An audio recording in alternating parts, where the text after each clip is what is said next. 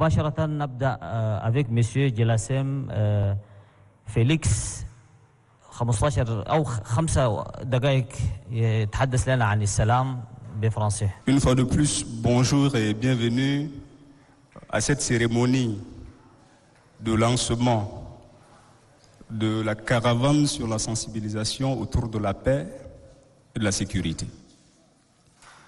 Alors, je m'appelle Monsieur Ndjelasem Donambay Félix. Je suis directeur au Conseil national de transition, mais il faut aussi dire que je suis enseignant. Alors, le thème qui nous réunit ce matin, qui porte sur la préservation de la paix, de sécurité, de la stabilité, comme un devoir citoyen, il faut dire que c'est une problématique qui a été convoquée plusieurs fois sur des théâtres tchadiens. Il faut dire que la question de la paix a fait l'objet d'un débat assez sérieux et de façon solennelle pour une première fois à la conférence nationale souveraine. Donc les Tchadiens de tous bords ont discuté sur ces problématiques de la paix. Et la conférence nationale souveraine s'est débouchée sur un référendum constitutionnel qui a jeté les bases d'une république démocratique au Tchad. Donc c'est à cette occasion que les jalons de la cohésion sociale ont été posés dans notre république.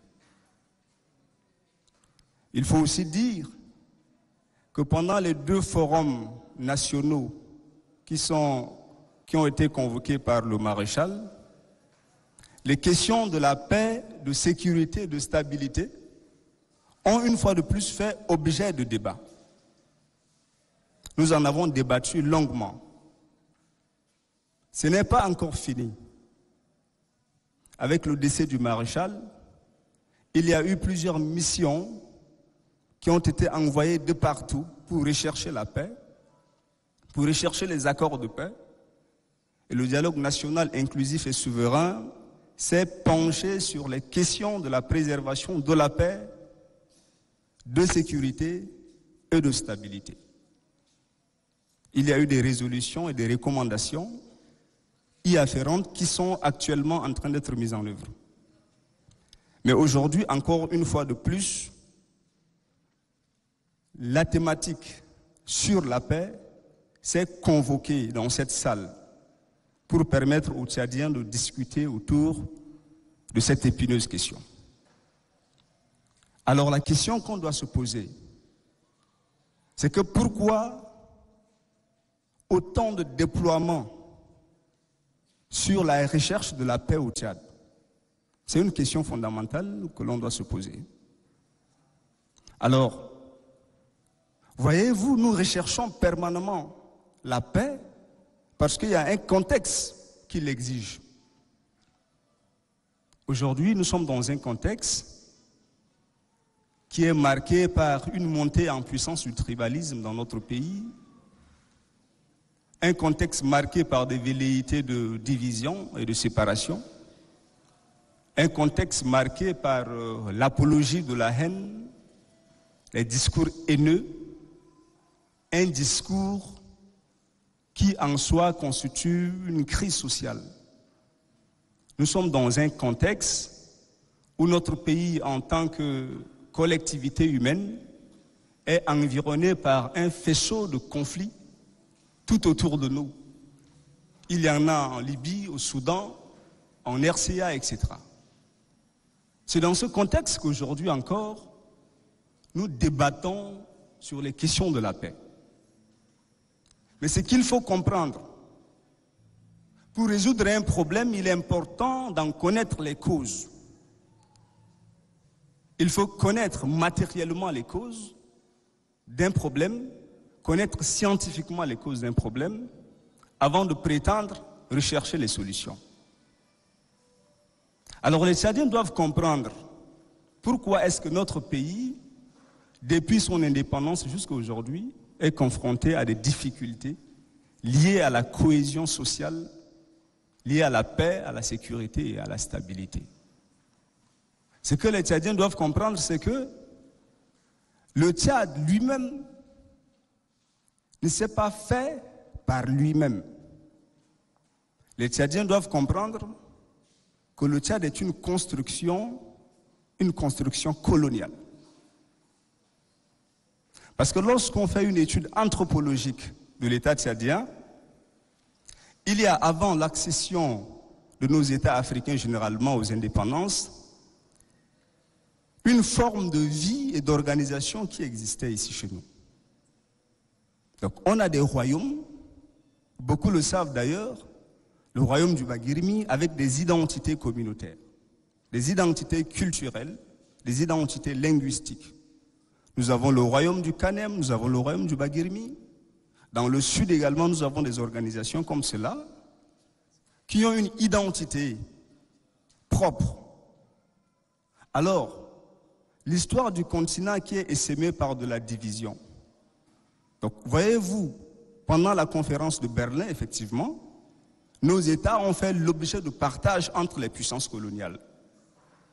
Donc, en ce moment-là, on nous a tracé des frontières. On se retrouve dans un État où, au Tchad, par exemple, on retrouve des Gouranes au nord, on retrouve également des Gouranes en Libye. On retrouve des Ahawa au Tchad, on les retrouve au Soudan. On retrouve les Kaba au Tchad, on les retrouve en RCA. On retrouve les Peuls au Tchad, on les retrouve également au Cameroun, etc. Qu'est-ce qui se passe? Donc, lorsque le colon, dans la division qui a été opérée, n'avait pas prévu que plus tard il y aura des luttes indépendantistes. Donc ces luttes indépendantistes qui ont été insufflées par des mouvements progressistes au sein de l'intelligentsia en Amérique et même en Afrique ont débouché sur des indépendances. Les États sont devenus donc souverains, des entités souveraines, et ils sont formellement sous la coupe d'aucun corps désormais. Bien qu'il y a des tutelles de fait qui existent encore jusqu'à aujourd'hui, des tutelles d'État, des tutelles multilatérales à l'exemple du FMI, de la Banque mondiale, etc. Ces tutelles existent. Mais l'enjeu pour l'État devenu souverain est de construire quelque chose de commun qui est la citoyenneté. Il est question de construire la citoyenneté républicaine. Donc, quand on est face à un tel chemin et que ce sont des diversités dans un espace qui doivent se remettre ensemble et construire un lien qui est un lien de nationalité, qui devrait être au-delà, considéré au-dessus de toute autre appartenance, il est donc difficile pour nous, Tchadiens particulièrement, et bien d'autres États africains, de travailler à cette cohésion sociale. Parce qu'il faut dire qu'il y a de plus en plus des identités communautaires qui s'affirment. Il faut dire qu'il y a de plus en plus des mentalités qu'il faut travailler à leur homogénéité. Il faut travailler également à ce que les gens comprennent qu'ils se retrouvent désormais dans un même territoire et qu'ils vivent selon un principe qui est un principe d'égalité de tous, un principe de justice qui devrait s'imposer à tout le monde. Donc voici un peu pourquoi, voici un peu la genèse des problèmes que le pays a connus et continue par connaître jusqu'à aujourd'hui. Donc, en tant que Tchadien, pour résoudre un tel problème, on doit intégrer dans nos mentalités l'idée d'un compromis qui est acceptable pour tous, l'idée de la reconnaissance. L'idée de la reconnaissance ici, c'est que chaque élément national intègre dans sa façon de penser que chaque Tchadien a sa place dans l'ordre social et politique qui est la République. C'est ce que tout le monde doit intégrer dans sa tête. Que chaque Tchadien, d'où qu'il vient, du sud, du nord, de l'est à l'ouest, a une place légitime, une place méritée dans l'ordre social et politique de notre République. Alors pour cela, le citoyen que nous sommes a un rôle à jouer. Donc ce rôle doit passer par l'éducation de nos enfants. Parce que quelqu'un l'a dit, que la paix n'est pas un mot, la paix est un comportement. Et la cohésion sociale dont on parle, c'est un ensemble de valeurs d'identité, c'est un ensemble de comportements qui doivent contribuer à réaliser la cohésion au sein de la société. Et la paix dont on parle, c'est un état de concorde, c'est un état de bonnes relations qui existent entre les groupes d'individus au sein d'un espace géographique défini. Donc cet espace géographique est notre Tchad. Alors, pour travailler à la paix, nous tous, hommes et femmes, devrions donc être les acteurs et les architectes de cette construction. Parce que c'est un défi d'une construction de la paix nationale. Alors, ça doit commencer par le père et la mère, depuis la famille nucléaire. Donc, le petit Tchadien qui grandit doit comprendre qu'il est dans une société et qu'il est soumis à un ensemble des règles d'équité et d'égalité qui régissent l'espace dans lequel il se trouve et qu'il grandit. Ça, c'est quelque chose de fondamental. On doit, entre nous, pour créer une homogénéité, travailler à l'apprentissage de nos langues. Parce que pour moi, si aujourd'hui les Tchadiens travaillent à connaître l'histoire de leur prochain, le Tchadien doit travailler à connaître l'histoire de son prochain, à connaître sa sociologie, à connaître son anthropologie, à connaître sa cosmogonie, à connaître ses mythes, à connaître les langues. Et lorsque nous travaillons à la compréhension de nos langues, ça va de plus en plus réduire les considérations que chacun a de l'autre. Il faut que les parents veillent au narratif de leur enfant, même sur les réseaux sociaux, et qu'ils jouent le rôle d'arbitre. Parce que le parent doit être à même de surveiller un peu ce que son enfant fait sur les réseaux sociaux et ses discours pour lui rappeler à l'ordre. C'est aussi ça un rôle citoyen.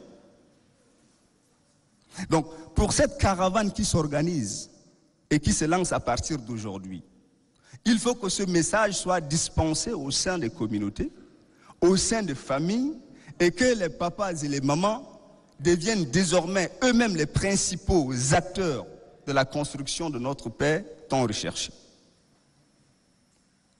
Il faut que dans l'organisation de notre société, pendant les vacances, qu'il y ait des colonies de vacances pour permettre aux enfants de ce pays de découvrir les réalités anthropologiques de chaque partie de notre pays. Il faut que les enfants du Nord partent dans les colonies de vacances au Sud pour comprendre ce qui se passe dans le Sud et de construire une fraternité avec les frères du Sud. Il faut que les enfants du Nord, pendant les vacances, partent dans des colonies de vacances vers le Nord pour comprendre aussi comment la société vit. Alors le lien de la fraternité va commencer par se construire. C'est ça l'enjeu. C'est ça l'enjeu, mesdames et messieurs. Donc, il faut, disais-je, que dans nos quartiers, qu'un enfant de 5 ans, un enfant de 7, 8 ans, n'insulte pas une autre personne qui a l'âge de son papa ou de sa maman qui est en train de passer. L'enfant commence par insulter cette personne qui a l'âge de son géniteur. Les parents ont la responsabilité de rappeler à l'ordre les comportements pareils de ces enfants. Et c'est à ce prix que nous allons construire notre paix et notre vivre ensemble. Également, les questions d'équité. Ce sont des questions qui devraient être prises en compte dans la construction de nos politiques publiques également. Parce que l'équité, ce n'est pas une question d'égalité, mais c'est une dynamique qui intègre les inégalités et les différences dans notre société. Donc, ça, ce sont des réflexions que nous ouvrons comme ça pour permettre à tous ceux qui nous entendent aujourd'hui de comprendre quelle est l'orientation qu'on peut donner à la construction et à la préservation de la paix. Donc, mesdames et messieurs, nous n'avons pas assez de temps pour poursuivre. Je vous ai épargné une présentation d'une conférence académique. Je laisse le temps à mon frère pour la version en arabe et je suis disposé pour accueillir vos questions et d'y apporter des réponses. Je vous remercie.